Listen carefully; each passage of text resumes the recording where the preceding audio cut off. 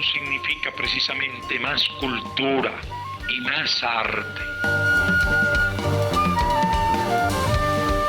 Buenos días. Hoy en el espacio, el sábado del libro, la editorial Capitán San Luis está presentando el libro Refugio número 1 del Palacio Presidencial al Museo de la Revolución, y para ello me acompaña el autor del libro, el periodista y escritor Julio Martín. Me acompañan además el presentador, el también periodista y miembro del UP, Jorge Petinado Martínez, quien en breve estará comentándonos sobre este libro. Gracias, Dulce. Sí, es importante destacar que resulta un acontecimiento muy feliz la selección por parte del Instituto del Libro y de la editorial Capitán San Luis de Refugio número 1 de Palacio Presidencial a Museo de la Revolución. Primero porque este 13 de marzo estaremos conmemorando el aniversario 65 de lo que yo diría, yo considero que es la acción más audaz de la lucha clandestina en La Habana, en la que ocurrieron hechos tan importantes como, por ejemplo, el secuestro de Fangio, la noche de las 100 bombas o el atentado de la 15ª estación. Pero indudablemente, por su nivel de preparación, por toda la secretividad y la sorpresa que tuvieron que mantener los heroicos asaltantes del Palacio Presidencial para justiciar al dictador Fulgencio Batista. Esta acción es un momento crucial de la lucha clandestina en esta ciudad. Y el honor que me corresponde es que el autor de este libro, que yo sí considero que es un libro carnal, porque indudablemente el colega Julio Martí realizó una investigación muy profunda y logra que al hacer la historia de lo que fue el Palacio Presidencial y que hoy es el Museo de la Revolución, lo hace de una forma tal que a ratos parece una novela de ficción. Yo estoy seguro de que quien abra este libro y empieza a leer el primer capítulo, solamente ese primer capítulo, ya no podrá salir del libro. Y digo esto porque, bueno, Julio y yo fuimos compañeros de trabajo mucho tiempo en la revista Moncada. Allí Julio ya demostraba grandes dotes de investigador histórico y al propio tiempo, con el paso del tiempo, se fue desarrollando como escritor, al punto de que demostró que es un excelente narrador de ficción en la novela publicada en el año 2000 en España e Italia, Palmeras de Sangre. También en el testimonio La Noche de los Perros, que refleja la historia del crimen de Tarará.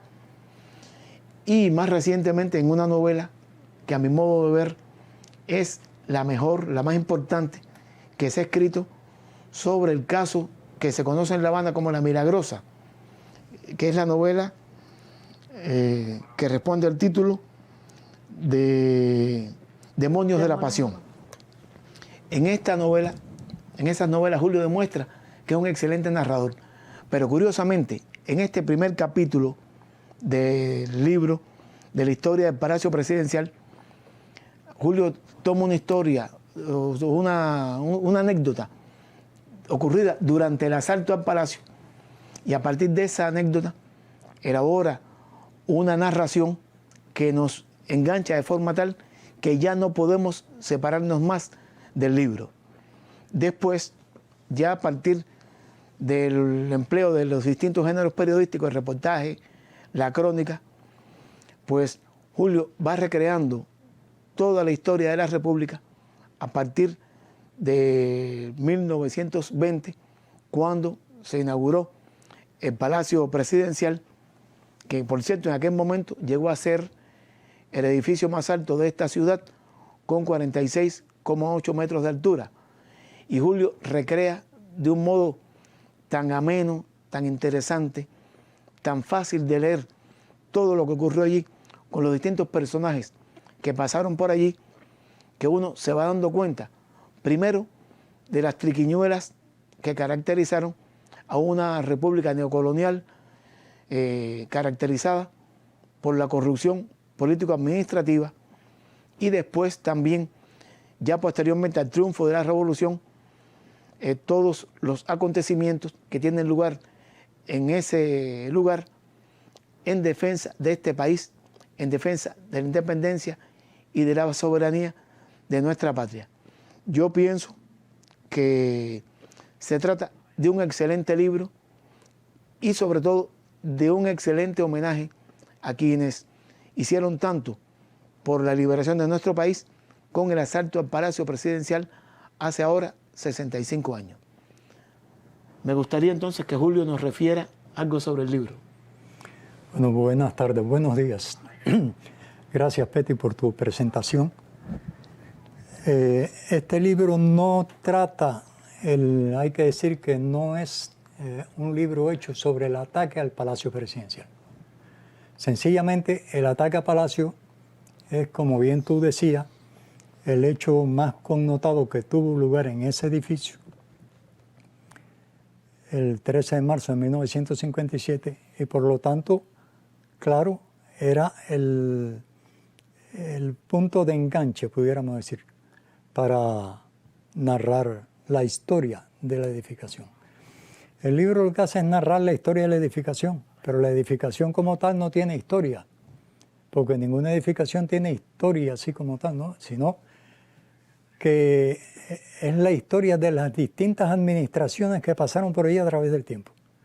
Desde 1920, cuando se inaugura el Palacio, bajo el régimen de Mario García Menocal, hasta que dejó de ser, ya con el triunfo de la Revolución, Palacio Presidencial para convertirse en Museo de la Revolución. Entonces, hay distintas etapas, por supuesto, aunque el libro comienza, repito, con el ataque a Palacio. Y se va narrando en cada uno de los capítulos los diferentes gobiernos. Hay una especie de dossier de cada uno de los mandatarios que en ese periodo ocuparon el sillón presidencial. Alguna gente se sorprende del tratamiento que se le da a Fulgencio Batista, pero se recalca mucho en él. En primer término, porque pienso que fue el de los presidentes que tuvo Cuba el más sanguinario. Y sin duda, también, como se dice en el libro, el más ladrón. Pero fue muy hábil, un hombre muy hábil. Y eso se narra en el libro. Y entonces, con la imagen que se ha divulgado de Batista, pues algunos me dicen, cuestionan eso. Pero bueno, está basado en estudios que hice sobre la personalidad de este hombre. Y al final, cuando usted termina de leer, se da cuenta de quién era. Por ejemplo, se dice que él construyó mucho. Es cierto que hizo cosas en La Habana, pero Batista, por cada una de las obras que hacía, llevaba 1% que le reportaba para su bolsillo, que eran dinero que él ganaba, eso le llamaban puntos.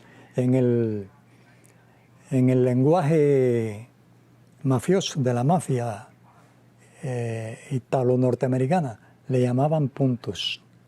Digamos, si usted ganaba 1%, el 10%, decían 10 puntos.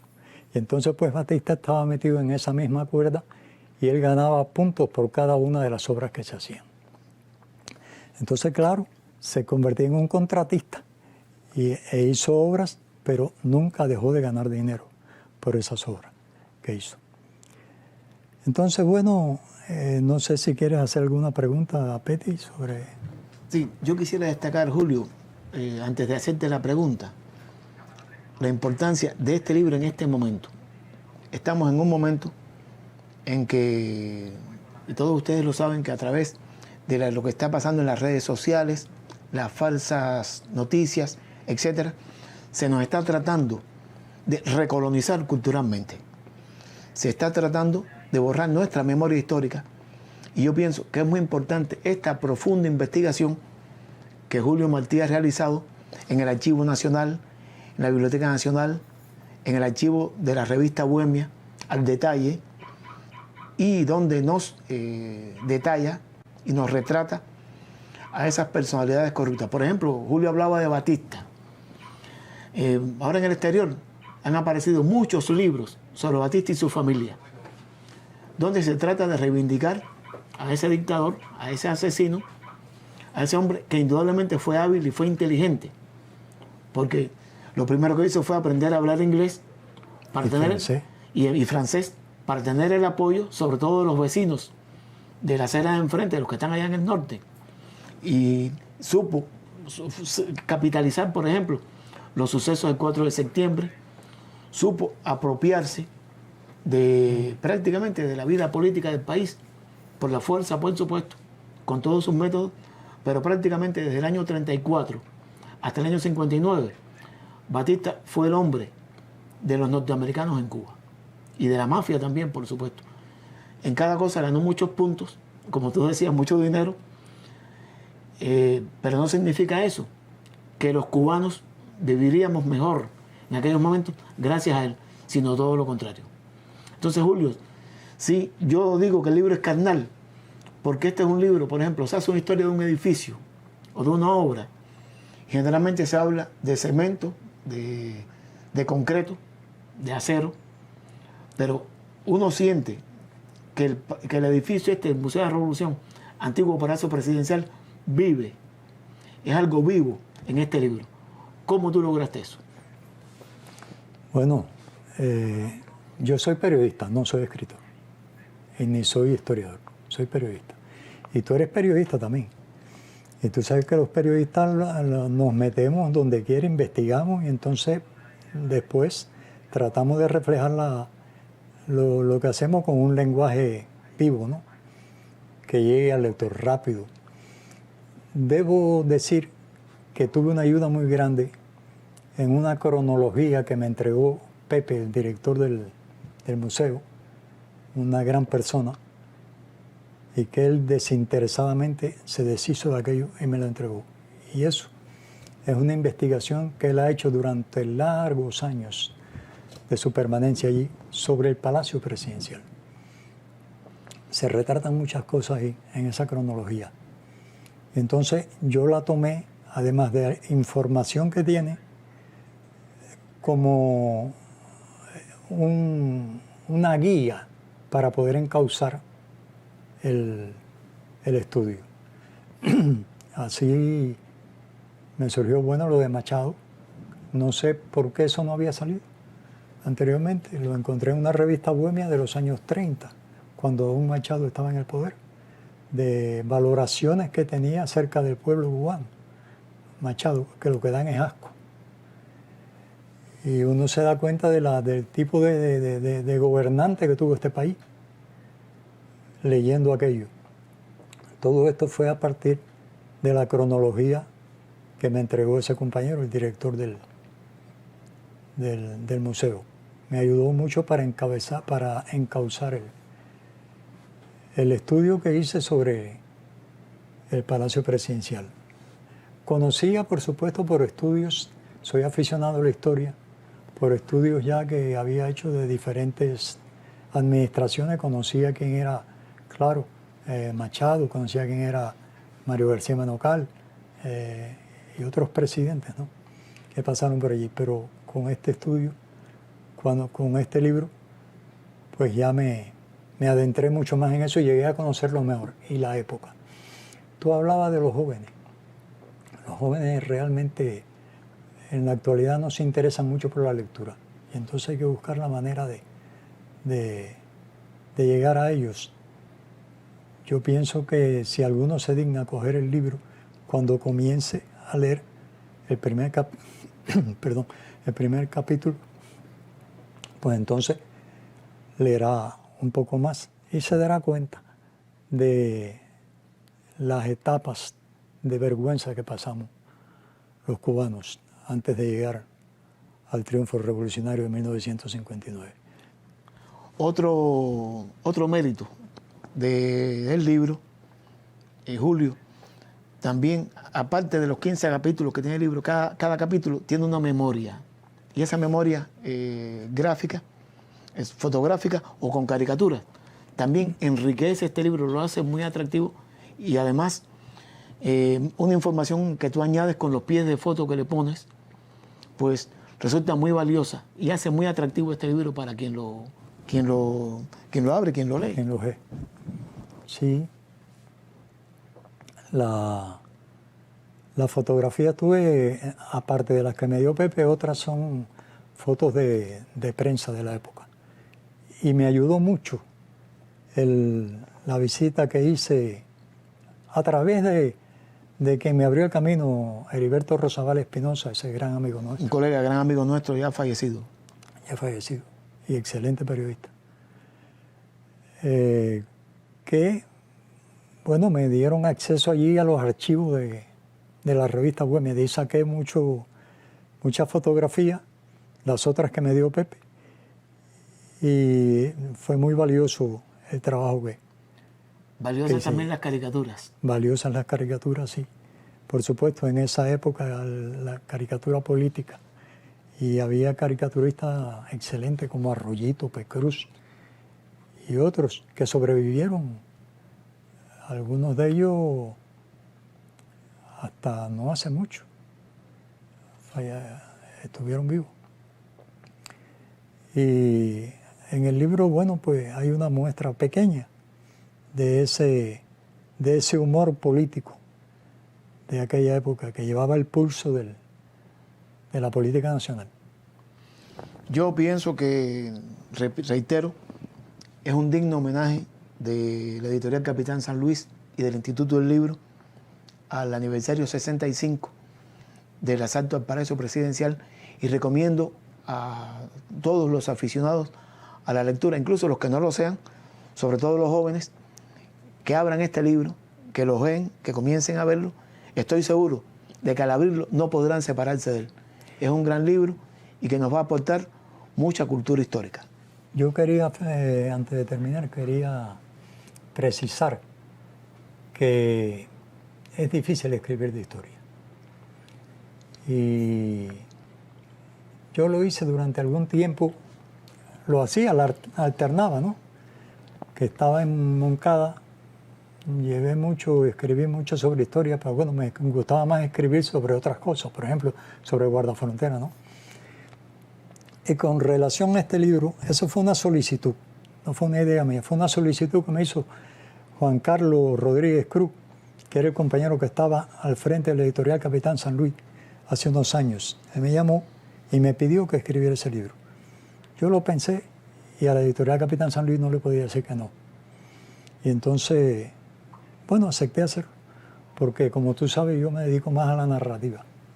Y para no perder el vínculo con la historia, pues trato de cultivar la novela histórica, ¿no? Tengo dos actualmente que no se han publicado, una Arreos para un jinete y la otra retrata un hecho increíble pero cierto que se dio en Santiago en Santiago de Cuba en la época neocolonial, década de 1920, por ahí,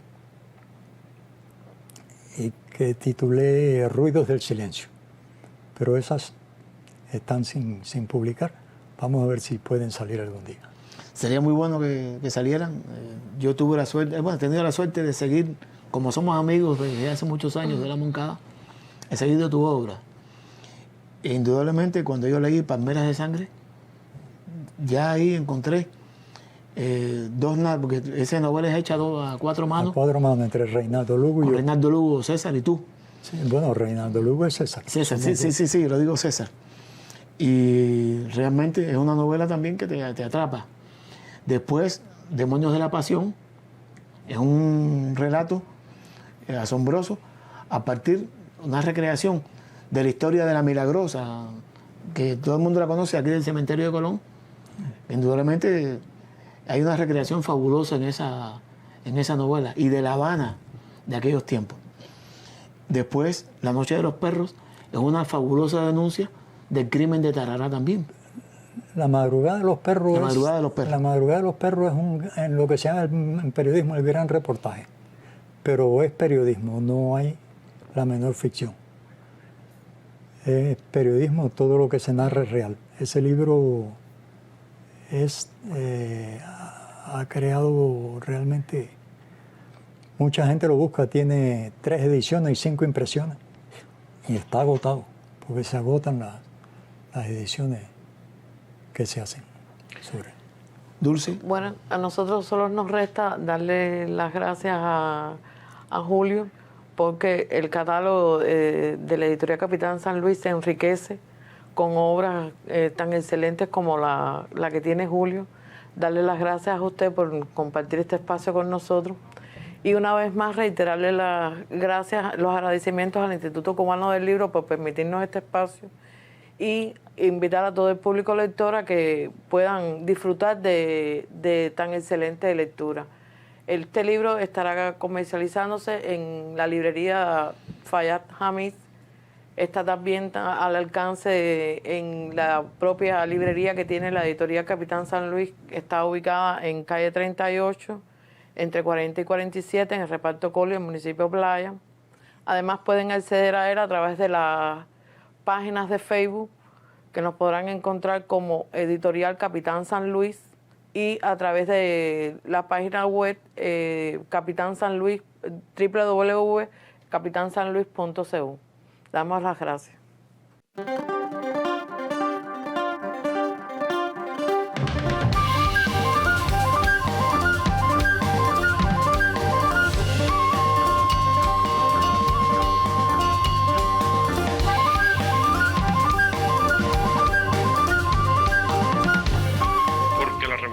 Significa precisamente más cultura y más arte.